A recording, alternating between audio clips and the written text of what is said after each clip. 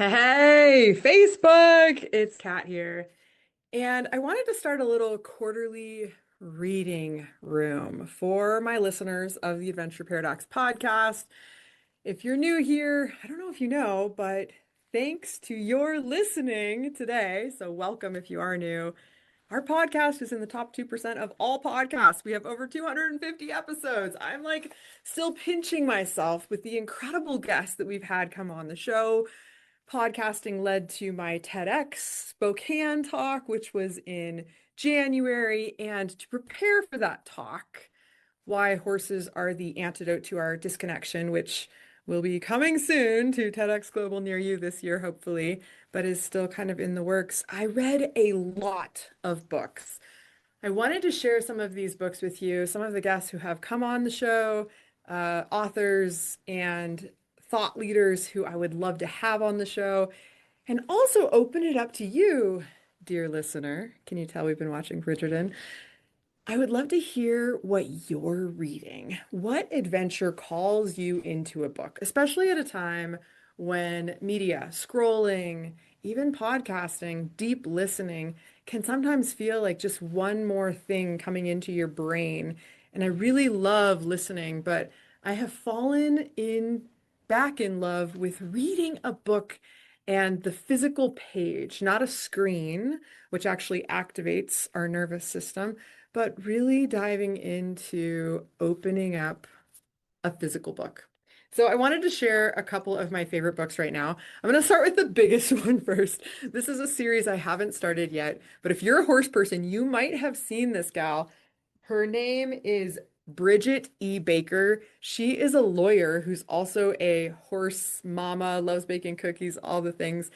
And she's been writing these like fantasy books about men who turn into horses. And, when I read about it, I was like, really? What? But they were so shiny and flashy and fun. And I was looking for something a little bit fun, a little bit lighter than some of these other heavier books that I'll share with you.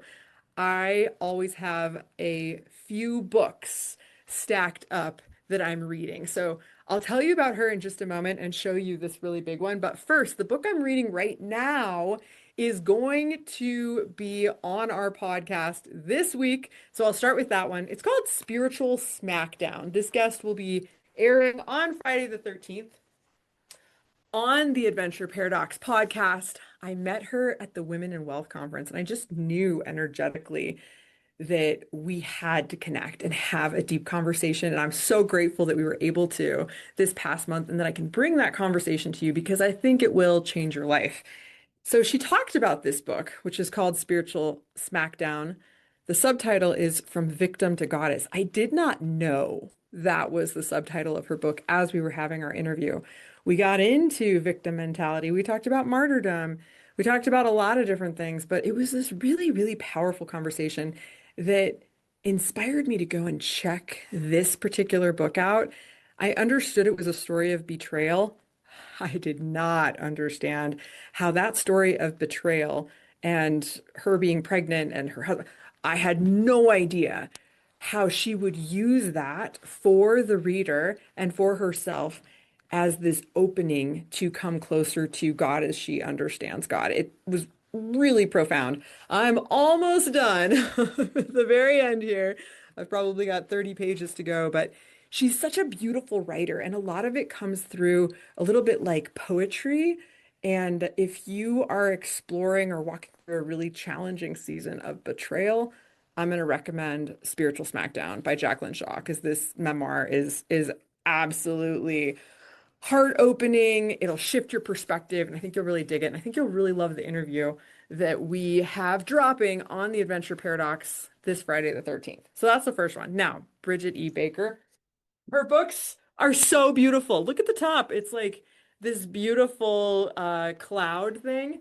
And then the back, when the books are all together, is a horse thing. And on the bottom, it's grass. And here is the set of books that I bought. Um, and when I pulled out the very first one, my Jackson Hole, Wyoming friends will love this. This is the cover. It's the Tetons with a Mormon row barn. So this is called The Bequest, The Birch Creek Ranch, Book One. It's about these two sisters whose brothers, they're both married to, actually, they're not sisters, they're sister-in-laws. They're married to brothers. I haven't actually started reading this yet. This is on my next, when I have time and space for something fun, book series. But I have read some of her other romanticises of the shapeshifters. But anyways, these two sister-in-laws they inherit a ranch when their husbands die, and the husbands are brothers from like an eccentric uncle, but only if they go and work the ranch. And so they have to go with their children. At first, there's no way they'll go because they don't get along. And then they do end up going. So I'm really excited to get into this one. It's a whole series. And one of the things I like about her books is they're they're a little bit romance, a little bit, shall we say, sexy, but they're not like too sexy. It's not so graphic that if my children start reading it, and by the way, my eldest one is an excellent reader at this point. I can't be too careful about text messages, whatever else my husband might be sending each other. They're reading it now. So I'm a little bit more reserved in terms of what literature I have around them and also just modeling for them what I read, what they read, how they think, especially as they're coming into their tween years. So that's that one. Absolutely love that one. Lifelong fan of The Way of the Horse. It's a book that also comes with a deck of cards. This is what the newest version looks like. Both the author and the artist have been on my podcast. It was a great honor of my life to interview both of them at different times, but this is a really amazing if you're into spiritual horse work. And remember, you don't know already, the Spiritual Horse Seekers Summit is coming in April, and we have some incredible guests. I'm going to be showing you some of their books, but I won't tell you who's who just yet. The big reveal will be next week. You'll see everybody who's in the lineup. But yeah, I love this one. I give these out as gifts. New clients get these. I'm a huge fan of this, so definitely check these ones out. If you don't have that, I do a lot of reading with my children. We're big on the Imaginary Veterinary series right now. It's exactly like it sounds. This particular one is book 4. It's called The Order of the Unicorn. Yes, we started from the beginning. Yes, we read quite a bit of this. It's got a few pictures. This is a dragon butterfly, by the way, who blows fire is the picture that I'm showing you right now. It kind of looks like a caterpillar with wings, except that it has a bit of a dragon head and a snout. So it's just a really fun story and tapping into fear and checking in with my girls about what they're thinking with this pair and secrets and different things and what's real and what's imaginary and how do you show up in work. Both of my kids want to get jobs. I think in part because these kids are apprentices to the imaginary veterinarian. So anyways, that's another one I'm a big fan of. We also have the classics. Here's Charlotte's Web. We read a lot of classics and try to kind of alternate between what's sort of more modern that kids are reading right now and some of these principles or values that are so timeless, like Charlotte's Web. We also just read Stuart Little. Speaking of this generation, this one has been on my to-do to read list for quite some time. My husband is starting it for me. Thank you, baby, for being our first reader on this. It's called The Anxious Generation: How the Great Rewiring of Childhood is Causing an Epidemic of Mental Illness by Jonathan Haidt, New York Times bestseller. It's been out for a little bit now. Um, Something that my husband was sharing with me, which I thought was really interesting, is that a lot of what he's saying is that the anxious generation started in the 80s. So I was born in 81. That's really when putting kids on screens started. We're thinking about this as something that started maybe in 2010 or the 2000s, but actually was 20 years before that that parents became more and more afraid of what was out there, of sending their children out to the park and keeping them inside safe because they're anxious about what's out there. So they keep them inside on the screens.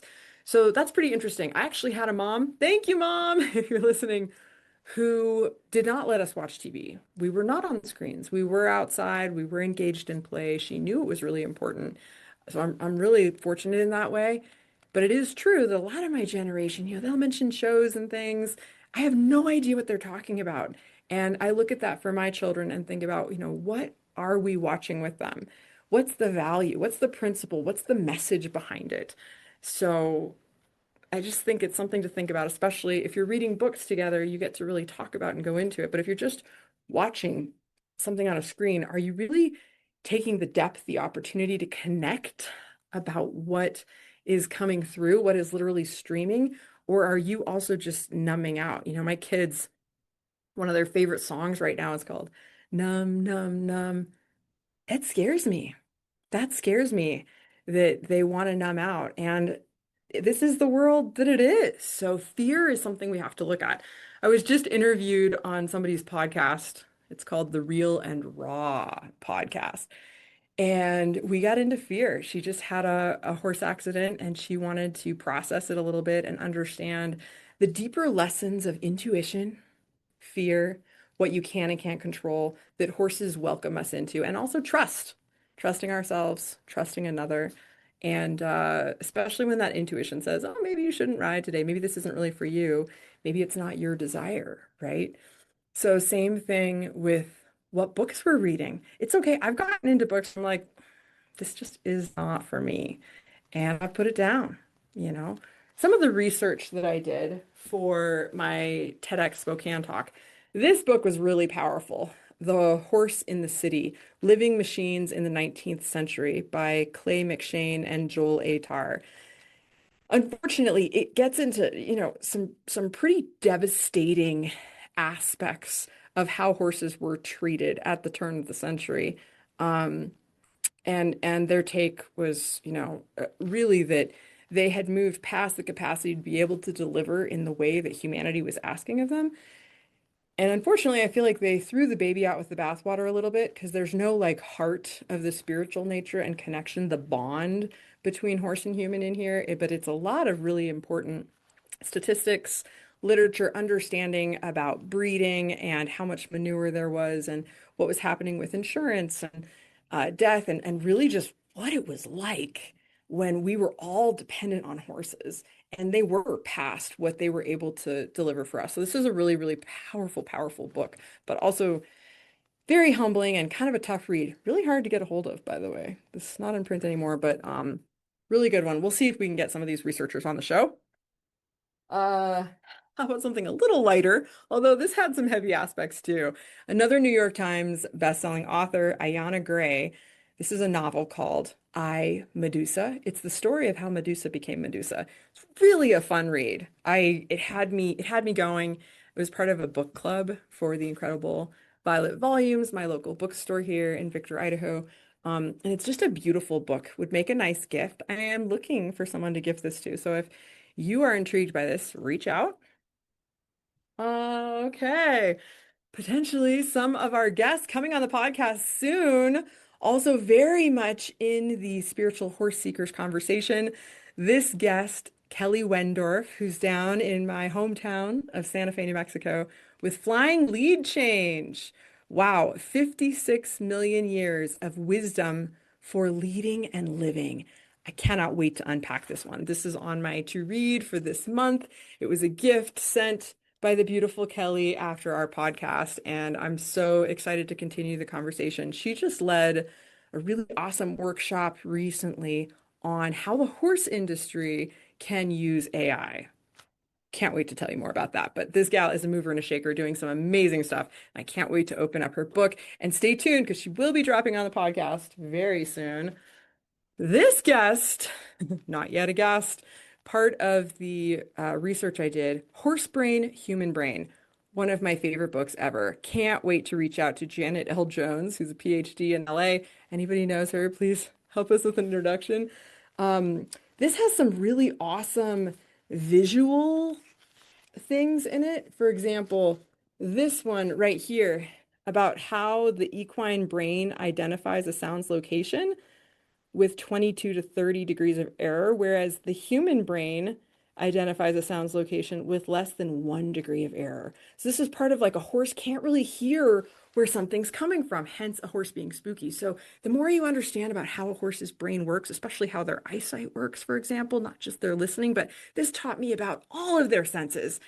It will blow your mind, literally. And you'll learn more about your own brain. So this was a really fun read that was part of my research for the TEDx Spokane talk.